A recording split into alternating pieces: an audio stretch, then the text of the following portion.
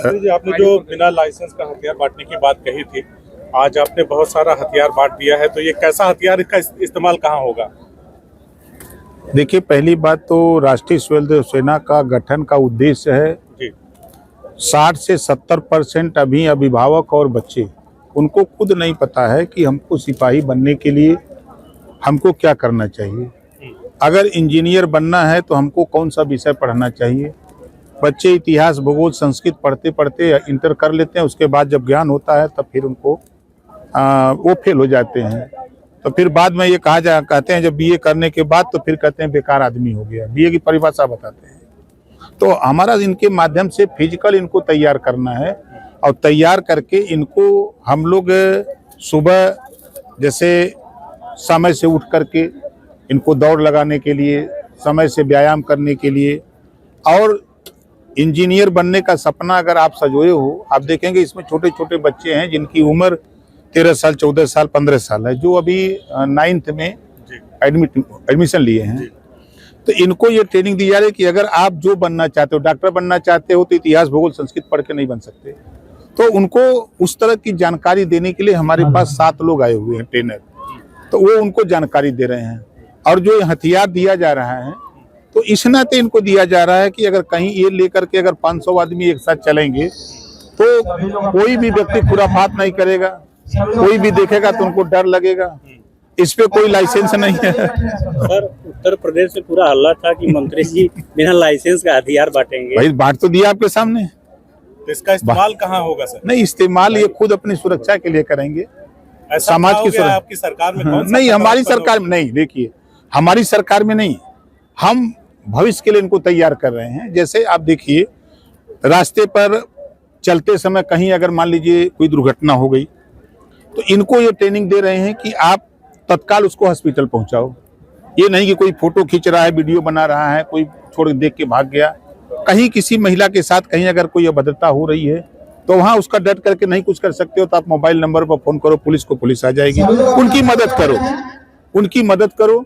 और आप अपनी सुरक्षा के लिए, आप जब निकल रहे हो, जब जैसे 10 लड़के एक साथ निकले, अगर कहीं कोई अपनी घटना हो रही है, अगर ये 10 अपना बिना लाइसेंसी हथियार लेके खड़े हो जाए, तो अगला जो जुर्म करने वाला है वो एक बार सहम जाएगा कि भाई ये 10 मारने लगेंगे तो घबरा जाएगा काम। सर, क्या कारण है कि योगी जी मणिकर्णिका का जो निर्माण चल रहा है, नए तरह से कार्य किया जा रहा है, योगी जी प्रेस वार्ता करके क्या कारण है कि सफाई दे रहे हैं?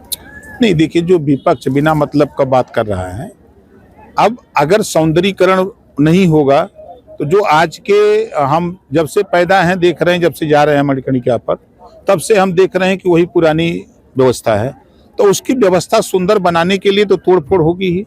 जैसे बनारस में जब तक मोदी जी नहीं थे, जब तक सांसद नहीं थे, प्रधानमंत्री नहीं थे, तो बनारस का दृश्य आज के 10 साल पहले का देख लीजिए। अब उसमें तोड़फोड़ हुआ, सड़कें बनी, मंदिर का जाकर के देखिए जीर्णोद्धार हुआ, भव्य रास्ते बन गए।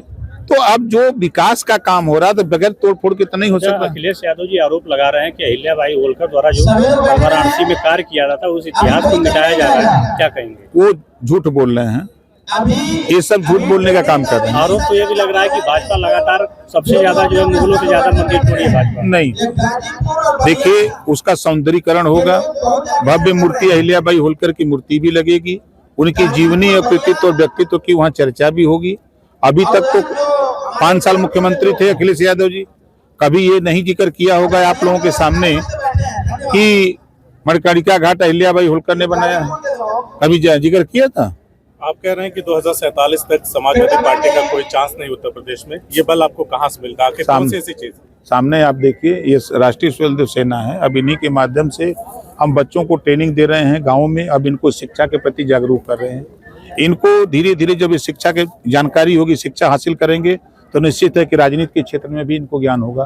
तो जब शिक्षा एक सवाल पैदा करती है कि हम पढ़ लिख रहे हैं, हमको रोजगार क्यों नहीं मिल रहा है, हमको नौकरी क्यों नहीं मिल रही है, उस तरह अखिलेश जी की तरह हम लोग राजनीति नहीं कर रहे हैं कि सरकार बन गई तो अपनी जाति को बढ़ावा देने का काम किया। 4 बार सरकार रही, खुद अखिलेश जी 5 साल मुख्यमंत्री थे, तो उन्होंने 86 में 56 SDM खाली अपनी बिरादरी को बनाया, और जातियां कहाँ जाएंगी? जब 27% रिजर्वेशन भी मिला, सुप्रीम कोर्ट, हाई कोर्ट ने 3 सितंबर 2013 को कहा कि 27% आरक्षण का लाभ 12 जातियां उठा रही हैं। इसको बांट करके सबको दिया जाए। मुख्यमंत्री 2013 में कौन था? 86 में 56 वाला जो आपने बात कहा है, सपा विधायक संग्राम यादव कहते हैं कि मैंने सदन में इसका खंडन किया विद प्रूफ। झूठ बोलने का ठीका लिया। आप लोगों पे यही। अरे मैं तो सदन में रहता हूँ, कभी उन्होंने बोला ही नहीं है, झूठ बोल रहे हैं। उन्होंने पूरे जो मीडिया। अगर वो झूठ बोलते हैं तो उनका खंडन तो हम अकेले करते हैं। क्या कहेंगे अहिल्याबाई होलकर द्वारा जो निर्माण कराया गया था उसको तोड़ा जा रहा, तो क्या नहीं, तोड़ा नहीं जा रहा, और बढ़िया बनाने की व्यवस्था हो रही है, उसको सुंदर बनाने की तैयारी हो रही है। अतरौलिया को लेकर के क्या प्लानिंग चल रही है? अतरौलिया में आप लोग की जो सक्रियता है उसको लेकर के क्या? हम आजमगढ़ की 200 सीट पर तैयारी करते हैं, और यहाँ खाली अतरौलिया के लोग नहीं हैं, ये पूरे पूर्वांचल के हर जिले से हमने 50 सेना मंगाई है। 50 लोगों को, एक हमारे ब्लॉक कमांडर, विधानसभा कमांडर, जिले के कमांडर, प्लस उनके साथ सैनिक। अब ये 50 लोग जाएंगे तो जिले में ये अपना वहां लोगों को समझाएंगे। क्या माना जैसा 2027 के लिए जो शक्ति प्रदर्शन आप कर रहे हैं भाजपा के लिए सांसद बनने वाला? नहीं, ऐसा नहीं, ऐसा कुछ नहीं। देखिए 100 सीट जीत करके भी अकेले ओम प्रकाश राजभर बोलेगा, और 6 सीट जीत करके भी ओम प्रकाश राजभर बोल रहा है। तो सदन में उपस्थिति चाहे 100 लोग हों चाहे 50 लोग हों, तो उसका लीडर एक होता है जो बोलता है। अखिलेश यादव आजमगढ़ में को लेकर के एक बात सामने आ रही है कि कांग्रेस और बहुजन समाज पार्टी और